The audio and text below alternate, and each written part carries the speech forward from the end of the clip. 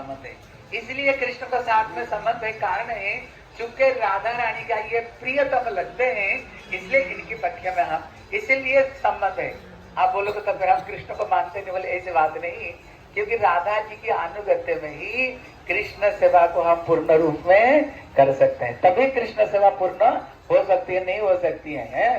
कभी ये कहां पर ये भाद्री बट लीला की है, बोले और कभी कृष्ण के साथ में जब हमारे सखियों के साथ में, सखाओं के साथ में तर्क वितर्क हुआ, बोले हमारी राधा रानी भी कृष्ण के साथ में युद्ध करेंगे। कृष्ण अभी मैदान में खड़े हुए, अभी राधा रानी निकुंज में निकली नहीं, लेकिन इतने में राधा रानी जब अपना निकुंज से निकल करके एक कटाक्ष से जब श्री श्याम सुंदर को ऊपर में किए, एक तेरी से चितवन में देखा भी युद्ध नहीं किए, अभी राधा रानी निकल रहे हैं, इतने में कृष्ण तो कांपना शुरू कर दिया। सखाओं ने बोले कन्हैया ये क्या, अभी उनका लीडर आया नहीं, उसको आने से पहले तो कांप रहे हो।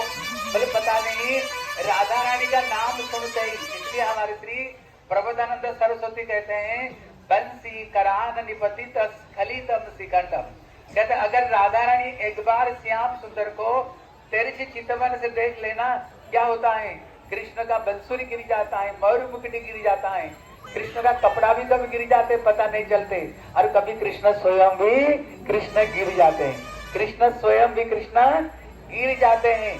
अभी राधा रानी केवल निकली, इतने निकल करके एक कटाक्ष किया था, इतने में श्रीमती श्री श्याम सुंदर वहीं पर लुढ़क गए। और जितने राधा रानी का दल के थे ना, जोर से ताली बजाए, जितने राधा रानी के दल के, अभी पता चल रहा है राधा रानी का दल के लोग है। चाचो खूब ताली नहीं बजाया, ये रफा मेरे दल में नहीं है, हम लोग बजाया।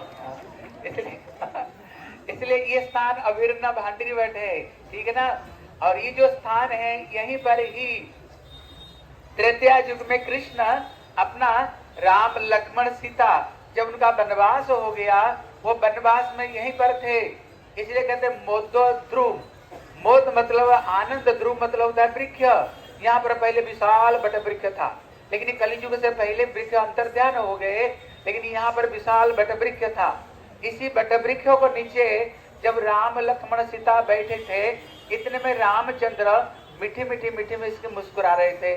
इतने में सीता माता जी ने पूछा प्रभु आप क्यों मुस्कुरा रहे हो? बोले देखो सीते, जब द्वापर युग आएगा, मैं सचिनंदन गौर हरि बन करके यहीं पर मैं प्रकट होऊंगा और संपूर्ण विश्व ब्रह्मांड को कृष्ण प्रेम रूपी बाढ़ में सबको डुबाते हुए विश्व ब्रह्मांड इतने ऐसा आएगा, कलियुग में गोरे और काले दोनों मिल करके निताई गौर ब्रह्मानंदे हरि हरि बोल, सबके सब नृत्य कीर्तन करेंगे, विश्व ब्रह्मांड को कृष्ण बाढ़ में मैं बहाऊंगा।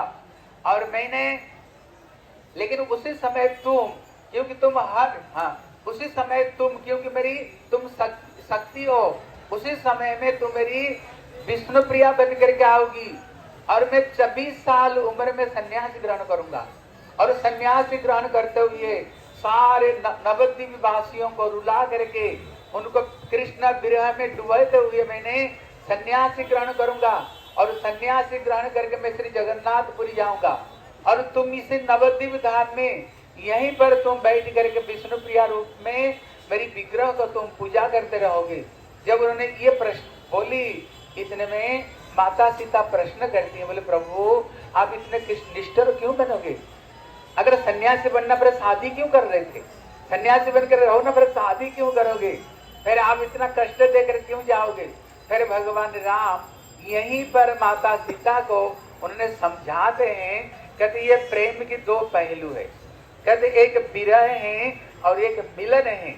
लेकिन मिलन से क्या होता है, केवल वो सामने सामने मिलते, केवल सामने सामने मिलते हैं, लेकिन विरह अवस्था में जहाँ नेत्र पड़े तहाँ कृष्ण स्फुरे, जिधर उनकी नेत्र पड़ता है उधर ही सर्वत्र सर्वत्र क्या होता है। लता दीदी इधर देखो, इधर क्या देखो, इसलिए सर्वत्र सर्वत्र उनको भगवत स्फूर्ति होता है, सर्वत्र भगवत स्फूर्ति होता है।